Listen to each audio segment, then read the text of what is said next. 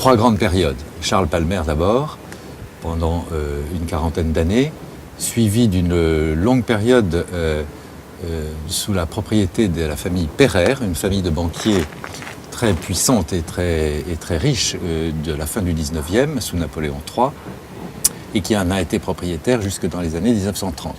Depuis les années 30, nous avons les mêmes propriétaires et leurs descendants aujourd'hui, issus de 2 familles principalement, l'une d'origine anglaise, la famille Sichel, par ailleurs négociant à Bordeaux, et l'autre famille d'origine hollandaise, et leurs descendants aujourd'hui, la famille Malherbès, elle aussi négociant à Bordeaux.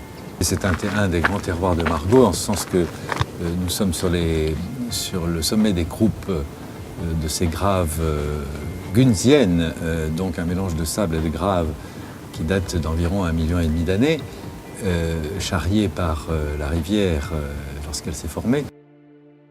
C'est un long élevage en barrique, environ 18 à 20 mois. À Château-Palmer, nous avons toujours opté pour une proportion raisonnable de bois neuf. Nous travaillons avec en moyenne 50 à 60% de bois neuf dans l'assemblage de Château-Palmer.